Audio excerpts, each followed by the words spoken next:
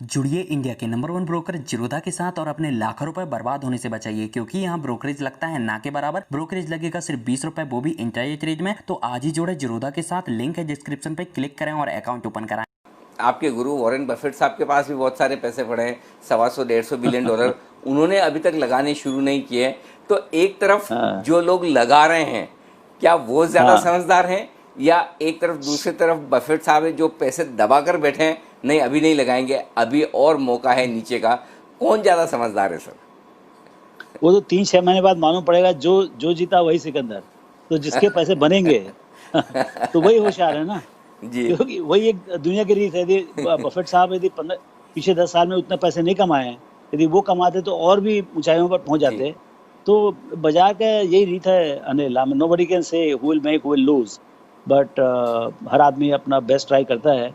And हमें ये समय एक अलग टाइप का है। ये समय शायद पैसा, जिसके पास बहुत ज़्यादा पैसा है उसको अपना पैसा बचाने का ज़्यादा ज़्यादा उसकी चिंता है, बल्कि पैसा कमाने से।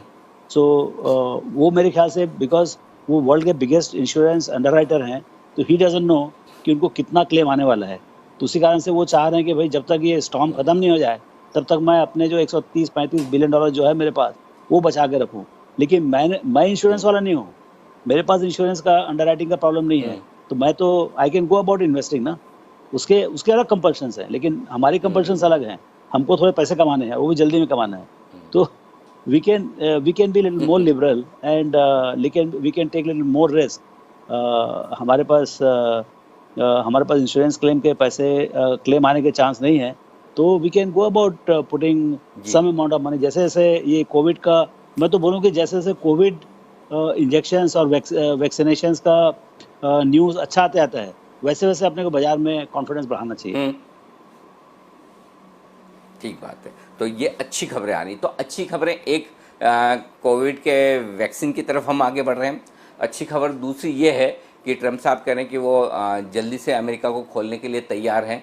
दूसरी तरफ और तीसरी अच्छी खबर ये कि पैसा बहुत है, लिक्विडिटी है, और आपने कहा सस्ती लिक्विडिटी है। एक तरफ ये सारी अच्छी खबरें, दूसरी तरफ हाँ भारी भरकम बेरोजगारी, इकोनॉमिक स्लो डाउन, नेगेटिव 5-5%, 6-6% की जीडीपी ग्रोथ।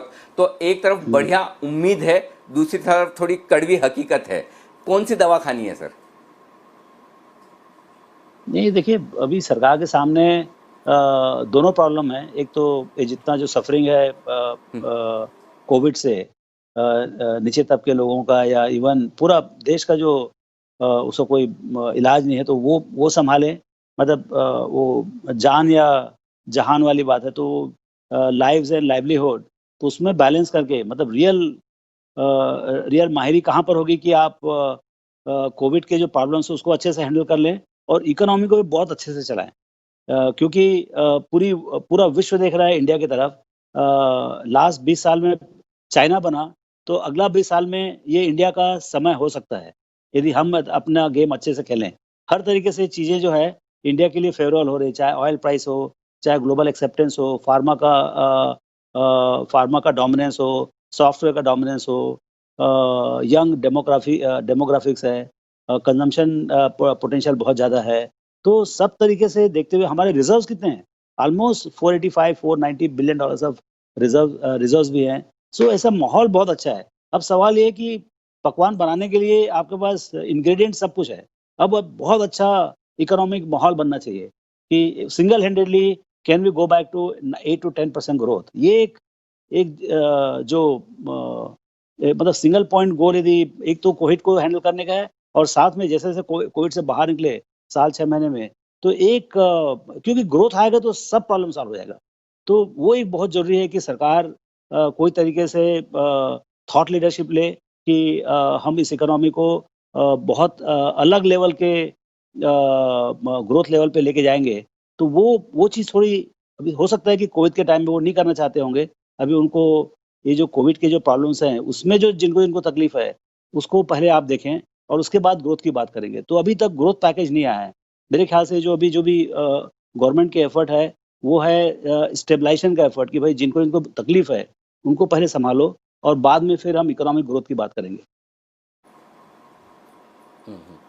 तो जो इकोनॉमिक पैकेज 20 लाख करोड़ का प्रधानमंत्री ने ऐलान किया और उसके बाद 5 किश्तों में वित्त मंत्री जी ने उसको सबके सामने रखा, उसे कितना पैकेज माना जाए और कितना ये माना जाए कि ये गरीबों और नीचे के तबकों को या फिर किसानों को राहत देने के लिहाज से है? क्या वाकई में एमएसएमईज, छोटे कारोबारियों, इंडस्ट्री के लिए कहीं कोई मदद है इसमें? अब देखिए एग्जीक्यूशन के ऊपर भी डिपेंडेंट है। जैसे एमएसएमई का जो 3 लाख का जो पैकेज है, वो यदि अच्छे से एग्जीक्यूट करें क्लियरली तो हेल्थ तो पक्का होगा। और कई रिफॉर्म्स की बात हुई है, चाहे एग्रीकल्चर में हो, चाहे माइनिंग में हो, चाहे पीएसयू के विड्रॉल की बात है। सो ये बातचीत तो एक होती है, सवाल ये कि आप समयबद्ध तरीके से आप उसको एग्जीक्यूट करते हैं कि नहीं करते हैं। क्योंकि ये सब विचार जो है, government has no business to be in business, less government more governance, ये सब बातें तो शुरू से चल रही हैं। सवाल ये है कितना इसमें एग्जीक्यूट हो, सो दैट फाइनली हमको जब हम बाहर निकले यहाँ से, कोविड से बाहर निकले 6 महीने साल भर में, तो मतलब it should be the most aspirational economy, क्योंकि सारी दुनिया का पैसा, कैपिटल की कमी है नहीं दुनिया में। मतलब 2-4 ट्रिलियन नहीं, 100 ट्रिलियन डॉलर्स हैं। हमको चाहिए मतलब पूरी दुनिया का कैपिटल हमारी तरफ आए। उसके लिए हम वो कंडीसिव माहौल कैसे बनाएं और कैसे हम यहाँ पर नॉट ओनली वर्ल्ड का कैपिटल आए, लेकिन हमारे खुद के एंटरप्रेन्योर्स, बस हमारे खुद के एंटरप्रेन्योर्स सबसे आगे बढ़ें और सबसे अच्छे से काम करें और ये अपॉर्चुनिटी को इनकैश करें। तो ये एक माहौल बनाना जो है, जैसे भी कोविड को फाइट करने के लिए माहौल है, ऐसे ही माहौल जो है 10% ग्रोथ के लिए बनाना पड़ेगा। बिल्कुल। अच्छा सर, फिर क्या वजह है कि हम ग्लोबल मार्केट्स के मुकाबले में कम अच्छा कर रहे हैं, अंडर परफॉर्म कर रहे हैं? इतना पैकेज आने के बाद भी कल बाजार तेजी से लुढ़क गए, specially banks, NBFC, financial services sector, जहां पर आपकी बड़ी गहरी पकड़ भी है, ये सबसे ज़्यादा कमज़ोर हो रहे हैं। इसकी वजह क्या है? मेरे को ऐसा समझ में आ रहा है कि कल मैं भी थोड़ा डिस्टर्ब था, देख रहा था कि लेंडर्स की काफ़ी पिटाई जी। हो रही है। जितने भी बैंक्स होते हैं उनकी काफ़ी पिटाई हो रही थी। तो मेरे को ये तो मैं कल 2-4 बैंक वालों से बात किया, जो बैंक चलाते हैं उनसे बात किया मैं, कि भई ऐसा तो नहीं कि जो हमको दिख रहा है उससे बहुत ज़्यादा प्रॉब्लम है। क्योंकि आप चला रहे हैं तो आपको समझ में आएगा, हमको समझ में नहीं आएगा। हमको तो सिर्फ़ बाहर से लगता है, कोई क्वार्टरली कॉल में बोलता है हमारा 20 पैसे का, हमारा क्रेडिट कॉस्ट 20 पैसे से बढ़ेगा, कोई बोलता है 30 पैसे से बढ़ेगा, कोई 50 पैसे से बढ़ेगा। लेकिन जिस ढंग से पिटाई हो रही है, उससे नहीं लगता है कि लॉस एक बार में सिर्फ़ इतना ही होगा। ऐसा लगता है कि लॉस का जो क्वांटम है, वो बहुत ज़्यादा होगा। तो सो उनसे ही समझना चाहिए कि भई किस है। तो वो क्या बोलते हैं कि जब तक मॉनिटरिंग खत्म नहीं होगा, जब तक पूरा लॉकडाउन खत्म नहीं होगा, जब तक पूरा इकोनॉमी चालू नहीं होगा और क्या-क्या पैकेज आएँगे किसी को नहीं मालूम है, तो तब तक ये बोलने का मुश्किल है कि भई एक्चुअल लॉस कितना होगा। क्योंकि बैंकिंग में देखिए, बैंकिंग में प्रॉब्लम सिर्फ़ एक ही चीज़ से आती है, banking is heart of the economy. It is the most important part of the body, banking, and yet all the problems are in banking. तो ये किस ढंग से बैंकिंग के प्रॉब्लम्स सॉल्व हों, और उनके प्रॉब्लम्स जो हैं इकोनॉमी के प्रॉब्लम से काफ़ी रिलेटेड होते हैं। तो जो फिस्कल बूस्ट नहीं आया, जिसके लिए एक एक्सपेक्टेशन बन गया था पूरा इसमें कि भई बहुत सब जगह बता रहे हैं, देखिए अभी यूएस में 12-15% अब जीडीपी का करने के बाद सेकंड राउंड $3 ट्रिलियन के पैकेज की बात आ रही है। तो वहाँ और बोलते हैं उसके बाद भी और भी ज़रूरत पड़ेगी तो और भी करेंगे। तो वो एक जो सोच है, और जो हमारे यहाँ सोच है कि भई हम फिस्कल करेंगे ही नहीं, मतलब बहुत कंस्ट्रेंट रहेंगे। ये मेरी समझ बहुत कम है इस मैक्रो के मामले में, बट ये बहुत कंट्रास्टिंग व्यू है। और उसी कारण से देखिए मार्केट्स कल वहाँ पर 3% ऊपर थे सब तरफ, और हमारा 3% डाउन था। सो एक डीकपलिंग हो रहा है, बिकॉज़ विचार ही अलग हो रहे हैं। मतलब वहाँ पर सोच है कि भई जितना फिस्कल कर सकते हैं उतना करेंगे, और यहाँ पर ये है कि भई हम सब करेंगे लेकिन फिस्कल नहीं करेंगे। तो वो एक फ़र्क है। अच्छा सर, तो क्या जिस तरह से आप कह रहे हैं कि अभी भी वो कॉन्फिडेंस नहीं आ रहा कि अगली 1-2 तिमाहियां और बैंक्स, एनबीएफसीज के लिए ख़राब रहेंगी या नहीं, और दूसरी तरफ आपके गुरुदेव वॉरेन बफेट साहब ने पिछले हफ्ते गोल्डमैन सैक्स में अपनी पूरी हिस्सेदारी बेच डाली, तो क्या बैंक्स, हाँ, हाँ। NBFCs, financials, touch me not ना खरीदे जाएं, भले कितने गिर जाएं, दूसरी जगह दिमाग लगाना ज़्यादा ठीक है? नहीं, दूसरी जगह तो दिमाग लगाना ही पड़ेगा। ऐसा नहीं है कि आप 100%, जैसे इंडेक्स में 30% के आसपास बैंक्स और लेंडर्स का है। आप 30 के बदले में आप 0 भी कर सकते हैं, आप 20 भी कर सकते हैं, 30 पूरा रख सकते हैं, और आपको यदि बहुत ज़्यादा कॉन्फिडेंस है तो उससे भी ज़्यादा रख सकते हैं। ऐसा कुछ नहीं है, क्योंकि अल्टीमेटली जब वापस आएगा बाज़ार जहाँ से भी बॉटम होगा, बॉटम होगा फिनेंशियल से और रिकवरी भी होगा फिनेंशियल से। आप एक ख्याल रखिए आप।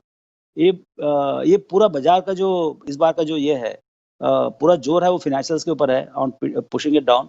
और जब वापस आएगा तो भी बहुत जोर से आएगा, क्योंकि जनरली 2008 के बाद भी हमने क्या देखा है कि फिनेंशियल्स में बहुत मार पड़ती है, क्योंकि पूरा रिस्क वहीं पर आ जाता है। कोई भी लेंडर हो, खराब हो चाहे अच्छा हो, सब तकलीफें बैंक को आती है। तो बैंक में बहुत पेसिमिज्म बनता है, और लेकिन बैंक को सरकार बचाती भी है, क्योंकि बैंक से बिना काम नहीं चलने वाला है। तो रिकवरी वहीं से चालू होती है। तो अब ये समझना पड़ेगा कि बॉटम कहाँ पर है, और बॉटम मेरे को नहीं मालूम कहाँ पर है। तो क्लियरली आई मतलब कुछ portion of the portfolio has to be in high quality financials. कभी भी आप गंदा सीमेंट कंपनी खरीद सकते हैं, गंदा स्टील कंपनी खरीद सकते हैं। कभी भी सेकेंड रेट लेंडर्स नहीं खरीदने का। लेंडर्स हमेशा टॉप क्लास खरीदने का। टॉप क्लास लेंडर को भी थोड़ा तकलीफ होगा, लेकिन मेरे ख्याल से lenders will make lot of money in next 5, 7, 10 years। लेकिन क्या बॉटम है मेरे को नहीं मालूम। तो one has to be careful. यदि फिस्कल इंसेंटिव नहीं आता है और इकोनॉमी में स्ट्रेस बढ़ता है, और particularly if you are not able to come out very smoothly from this covid problem. अच्छा, अभी हो क्या रहा है कि अभी ये 60 दिन के लॉकडाउन के बाद सबकी मति बहुत बदल गई है। मतलब हर तरफ बंद है, बिजनेसेस नहीं हो रही हैं, पब्लिक ट्रांसपोर्ट बंद है। लोगों से बात करो, बिजनेसमैन से बात करो, कोई बोलता है हमारा 10 टका चल रहा है, कोई 20 टका चल रहा है। ये प्रॉब्लम, सब पूरे प्रॉब्लम दिख रहे हैं।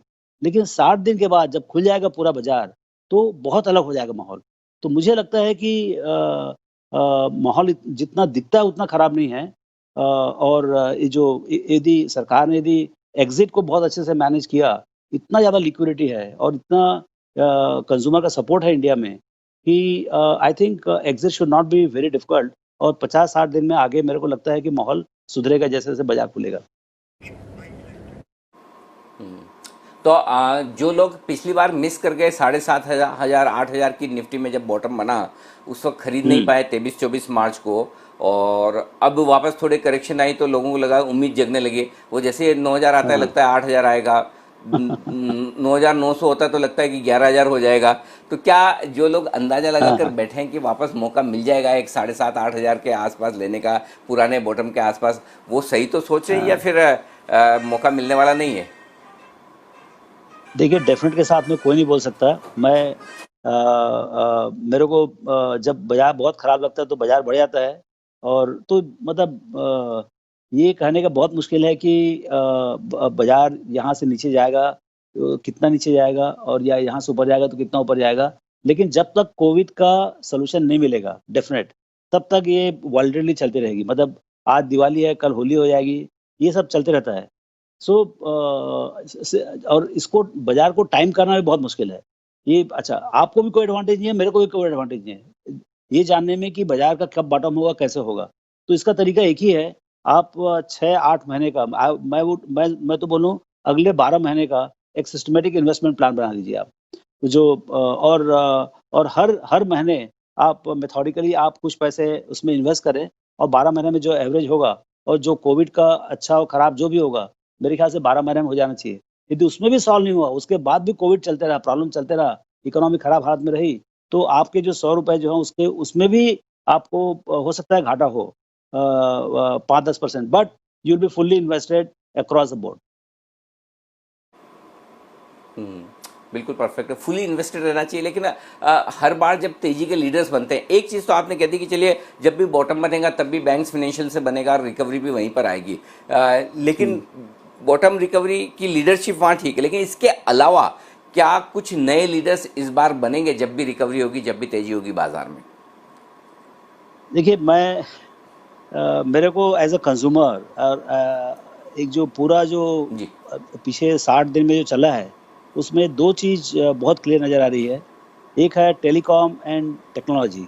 ये जो दोनों का कॉम्बिनेशन है, that is running the world. आज के दिन में पूरा जो एक माहौल है टेलीकॉम में, या उसके बिना मतलब ज़िंदगी नहीं है, ऐसी वाली बात है। तो मेरे को लगता है टेलीकॉम एज अ सेक्टर, मैं नहीं बोलता कि 6 महीने में बहुत अच्छा हो जाएगा, लेकिन अगले ये मतलब मैंने समझिए कि ये एक सेक्टर है जिसमें 2-3 प्लेयर ही हैं, बड़े हैं। मेरे ख्याल से काफ़ी अच्छा रिटर्न देना चाहिए। अभी काफ़ी कॉम्पिटिटिव अभी भी, और उनकी सबकी हालत बहुत ख़राब है, बहुत ज़्यादा लोन्स हैं जैसे भी। लेकिन जो अपॉर्चुनिटी बहुत बड़ी दिख रही है, ग्रोथ है वहाँ पर। तो ये एक बिज़नेस लग रहा है कि काफ़ी अच्छी होगी। Second, technology companies world over, मतलब ओवरनाइट कितनी कंपनी और उनके बेसिस पे ही पूरी दुनिया चल रही है आज के दिन में। जैसे हमारे यहाँ मोतीलाल ओसवाल भी चल रहा है completely on the back of technology. So मेरे को लगता है importance of technology is going to be even higher and they are non cyclical. Third, I think pharmaceuticals. I think India is becoming the preferred destination of pharmacy. Generics all over the world के लिए, developing country के लिए, छोटी country के लिए, बड़ी country के लिए, हर तरीके से यदि स्केल चाहिए, क्वालिटी चाहिए, क्विक चाहिए, सो उसके लिए India is looking very good. तीसरा, जो वर्किंग फ्रॉम होम का जो एक सक्सेसफुल कंसेप्ट आया है, इससे जैसे टेक्नोलॉजी में भी मुझे ऐसा लगता है कि अर्ली डेज है, लेकिन जैसे यदि आप चाहे अमेरिकन कंपनी हो, चाहे ऑन साइट है फिर भी आप घर से काम कर रहे हैं, और ऑफ साइट है, ऑफ शोर है तो भी आप घर से काम कर रहे हैं, तो why should you stay in America and work? It is much cheaper to work from India and work. तो मुझे लगता है कि इवन जो टेक्नोलॉजी कंपनीज है, सर्विसेज कंपनी है, उनके लिए एक नया ग्रोथ अपॉर्चुनिटी आ सकता है। सो ये जो पूरा वीसा का जो प्रॉब्लम है for on site workers, that can also that the problem can come down, and hence and सबको अभी कॉस्ट कम करने का है। तो यदि आप यदि से 10% जो ऑन साइड होता था उसको ऑफ शो करेंगे तो काफ़ी आपके 5-6% तो कम से कम आपका कॉस्ट गिरेगा। तो ऐसा मतलब है, बहुत सारा चीज़ पॉजिटिव भी हो रहा है, ऐसा नहीं कि हर चीज़ निगेटिव है। So I think there will be lot of big trends, particular technology, telecom, pharmacy, ये बहुत सारे अच्छे ये बड़े बड़े ब्रैकेट्स हैं। तो मुझे लगता है कि ये सब sectors compare to financials will do much better in the down turn, and then जब डाउन टर्न खत्म होगा तब जाके वही जो गिरे हुए भाव से आपके financials will again lead the pack, क्योंकि उनके बिना काम नहीं चलने वाला है। ये बड़ी इंटरेस्टिंग चीज़ आपने कही, और बहुत काम की बात जो है, आप ढंग से समझिए जो रामदेव सर कह रहे हैं। जब तक गिरावट खत्म नहीं होगी तब तक टेलीकॉम, फार्मा, इस तरह की जो टेक्नोलॉजी वाली कंपनियां हैं, फार्मा वाली कंपनियां हैं, यहाँ पर पैसा बनेगा। जब गिरावट खत्म होगी तब बैंक्स, फाइनेंशियल्स, वहाँ पर मौका होगा, शायद आप स्विच करके नेक्स्ट टाइम आ सकते हैं। रामदेव सर, एक और चीज़ मैं ना आपसे जानना चाहता हूँ कि ये लाइफ में पहली और मैं ये भी समझता हूँ कि आखिरी बार हुआ है कि हमें ये कोरोना टाइप का मामला देखना पड़ा कि हम महीनों के लिए घर में फिट हो गए, एकदम कहीं आ जा नहीं पा रहे हैं। आपकी इन्वेस्टमेंट स्टाइल, इन्वेस्टमेंट फिलोसॉफी, आपकी थ्योरी में कोरोना की वजह से कोई बदलाव आया है? कुछ अलग नया ऐसा सोचने लगे हैं आपके? ये भी लाइफ में ऐसा देखना हमने पहली बार और आखिरी बार शायद देखा, तो अब मैं अपनी स्टाइल में कुछ बदलाव करूं? स्टाइल में तो कोई बदलाव नहीं है, लेकिन पोर्टफोलियो में बदलाव है। तो जहाँ पोर्टफोलियो में बदलाव कैसे कि भाई यदि आपको रियलाइज़ हो रहा है कि यहाँ तकलीफ़ें बहुत ज़्यादा हैं, इस सेक्टर में ज़्यादा ख़राब है, या ये कंपनी उतनी अच्छी नहीं है जितनी हम सोचते थे, तो वो कंपनी को हम अभी भी बेचने के लिए तैयार हैं। सो वो कंपनी को बेच के, जैसे मैं बोला कि आपका लेंडर्स है, तो लेंडर्स हमारे पास मान लो बहुत ज़्यादा थे, तो उसको कम करके यदि मान लो मेरे को टेलीकॉम खरीदना है तो कहीं न कहीं तो मेरे को जगह बनानी पड़ेगी ना। तो वो मतलब 100% इन्वेस्टर सिचुएशन में भी हमने कई सेक्टर्स का रीअलाइनमेंट किया है। तो अब यदि आप पोर्टफोलियो देखेंगे तो आपको काफ़ी चेंजेस नज़र आएंगे। तो अभी फियरलेसली जो हमको लगता है जहाँ तकलीफ है उसमें से थोड़ा कम करने का, और जहाँ लगता है कि प्रॉस्पेक्ट बहुत अच्छा है वहाँ पर पोजीशन शिफ्ट करने का। ये बहुत बड़ा नहीं होगा, करीब 8-10%, 10% के आसपास होगा, लेकिन 10% प्लस, 10% माइनस, हालांकि 100% इन्वेस्टेड रहेगा। So portfolio strategy of remaining focus, having few companies, chunky companies, वो वैसे वैसे रहेगा, बाय एंड होल्ड वाली स्ट्रैटेजी रहेगी। लेकिन जो ठीक नहीं लगता वो डेफिनेटली फियरलेसली इवन गिरे हुए मार्केट में हमको बेच के कोई दूसरी चीज़ समझ में आती हो वो खरीदने में कोई तकलीफ नहीं। अच्छा सर, अब मैं ना आपसे सवाल वो पूछना चाहता हूँ जिसके लिए मैंने आपको इंटरव्यू की रिक्वेस्ट की है। बेसिकली है ना, एक बहुत बड़ा कन्फ्यूजन है लाइफ में, और कन्फ्यूजन ये है कि एक और अब लॉकडाउन खुलेगा, फिर से कामकाज शुरू होगा, दवा भी मिल जाएगी, 6-8-9 महीने बाद शायद हमें कोरोना भी नहीं दिखेगा, सब कुछ हमें बैक टू नॉर्मल हो सकता है, 1-2 साल बाद भूल भी जाए, ठीक है ना। ये सारी चीज़ अच्छी और ढेर सारा पैसा दुनिया भर में है, लिक्विडिटी पड़ी है, तो वो कहीं न कहीं तो आकर लगेगी।